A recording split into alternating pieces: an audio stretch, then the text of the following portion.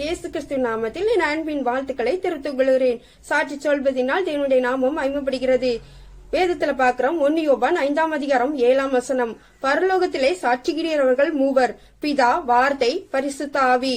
சாட்சி சொல்வதனால் தேவன் மேல் வைத்திருக்கிற அன்பை வெளிக்காட்டுகிறது. எந்த இடத்திலும் வெக்கப்படாமல் ஆண்டவருக்காக சாட்சி சொல்லுங்கள். வாங்க பார்ட் 3 தொடர்ச்சியை கேட்போம். வாங்க சாட்சிகளாக கடந்து செல்வோம். எனக்கு நல்ல ஜெபம் பண்ணாங்க.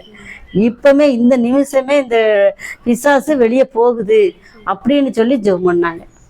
அந்த ஜெபம் பண்ணி முடிச்சோடனே ராத்திரி ஜெபம் பண்ணிட்டு போயிட்டாங்க. ராத்திரியே சாப்பிட்டேன். எத்தனையோ மாச காலமா நான் சாப்பிடாம கிடந்தேன். ஆனா யாருமே நம்ப மாட்டாங்க, இந்த பிள்ளை சாப்பிடாமலாம் எப்படி கிடக்கும் அப்படின்னு. ஆள் கொடுக்கா போயிட்டேன்.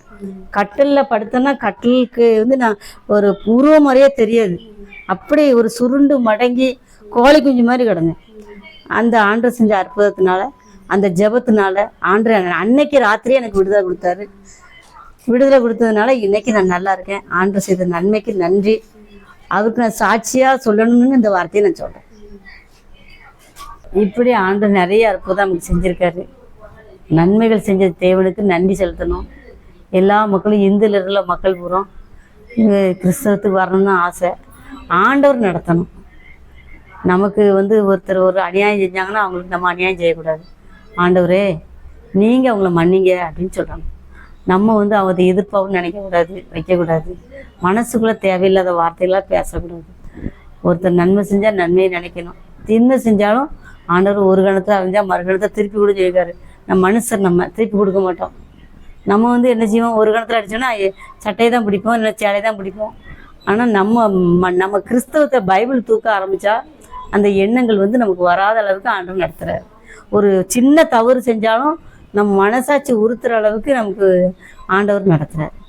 ஒரு சின்ன தப்பு செய்கிறோம், அந்த தப்பு செஞ்சுன்னா அதை மறக்க முடியாது. ஐயோ இயேசுவை பார்த்துட்டே இருக்கிறேன், அவர் நமக்கு தப்பு சொல்வாரே அப்படின்னு. நான் ஒரு சின்ன தப்பு செஞ்சாலும், யாருமே இல்லாட்டாலும் ஆண்டவர்கிட்ட நான் இந்த தப்பு செஞ்சுருக்கேன்ல, நீங்கள் அதுக்கானது என்ன எனக்கு தாங்க, என் பிள்ளைகளுக்கு மட்டும் கொடுத்துறாதீங்கன்னு சொல்கிறேன். ஆனால் என்ன சொல்கிறேன், தப்பை உணர்த்துற தேவன், அதுதான் பெருசு. நம்ம தப்பு செய்கிறோன்னு தெரிஞ்சதுன்னா அம்மா அப்பா தான் கண்டிஷன் பண்ணுவாங்க. நம்ம தாய் தகப்ப என்ன சொல்லுவாங்க, தப்பு செய்யாத அப்படின்னு சொல்லுவாங்க. ஆனால் ஆண்டவர் அந்தந்த உடனே அந்தந்த நிமிஷமே எனக்கு மனசாட்சியாக உறுத்துறதுக்கான வார்த்தையே எனக்கு கொண்டு வந்துடுவார்.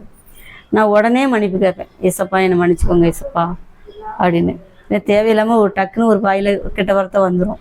பிள்ளைகளை சத்தம் போடும்போது ஒரு வார்த்தை வந்துட்டுன்னா உடனே மன்னிப்பு கேட்பேன். ஏன்னா நம்ம ஆண்டவருக்குள்ள வரப்போய் இந்துல இருக்கும்போது அது தெரியல.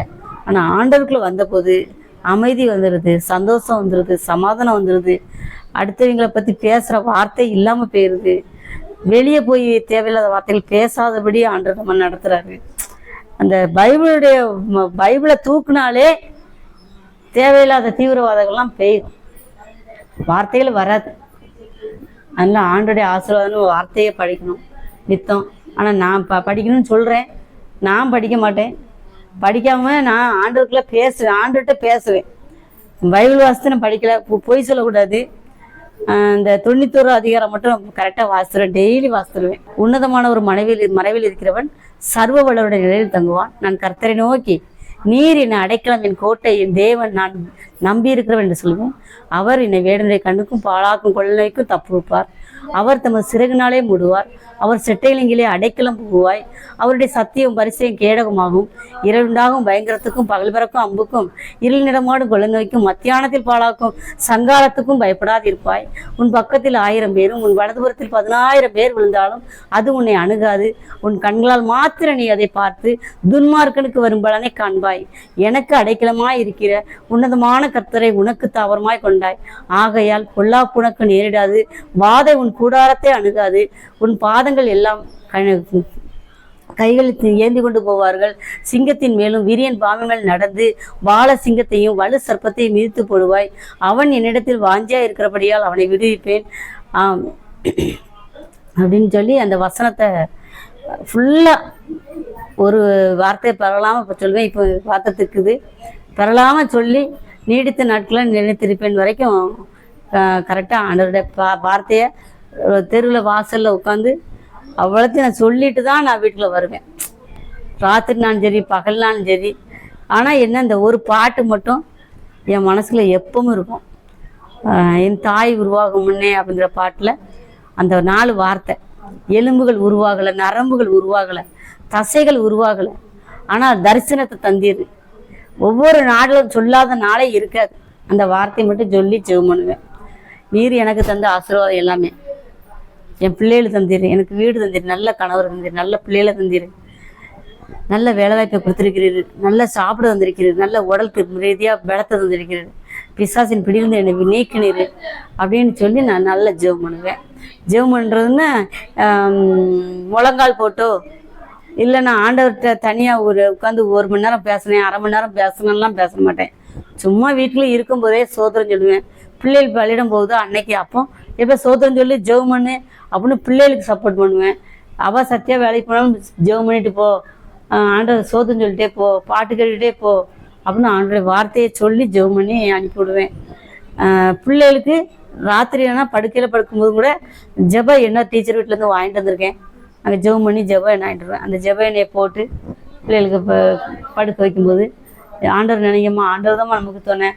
ஒரு சைக்கிள் கட்டாலும் நான் ஏசப்பாட்ட கேளு, ஒரு பேனா கட்டாலும் நீ ஏசப்பாட்ட கேளு, ஏசப்பா தான் உனக்கு தருவாங்க, அப்பா இல்லைல்ல, உனக்கு ஏசப்பா தான் உனக்கு அப்பா, ஏசப்பாட்ட கேளு, உனக்கு அடுத்த நிமிஷம் பேனா கிடைக்கும், அடுத்த நிமிஷமே உனக்கு அப்படின்னு சொல்லி ஆண்டவர் ஒசத்தி பிள்ளைகள்கிட்ட சொல்லும் போது பிள்ளைகள் நம்பும். அப்படி நிறைய நன்மைகள் ஆண்டவர் செஞ்சுருக்காரு. எனக்கு செஞ்ச நன்மையை இந்த மக்கள் எல்லாருக்கும் ஆண்டவர் செய்வார்.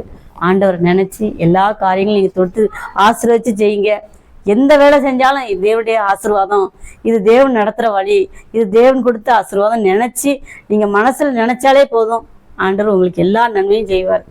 நான் அனுபவித்த நன்மைகளை உங்களுக்கும் பகிர்ந்துருவேன்.